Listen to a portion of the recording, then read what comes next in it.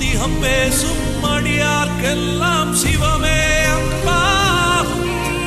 நாத்திகம் பேசும் நல்லவருக்கு அன்பே சிவமாகும். அன்பே சிவம், சிவம் என்போம். சிவம், சிவம் என்போம். அன்பே சிவம், அன்பே சிவம் என்போம். அன்பே சிவம், அன்பே சிவம் என்போம். யார் யார் சிவம்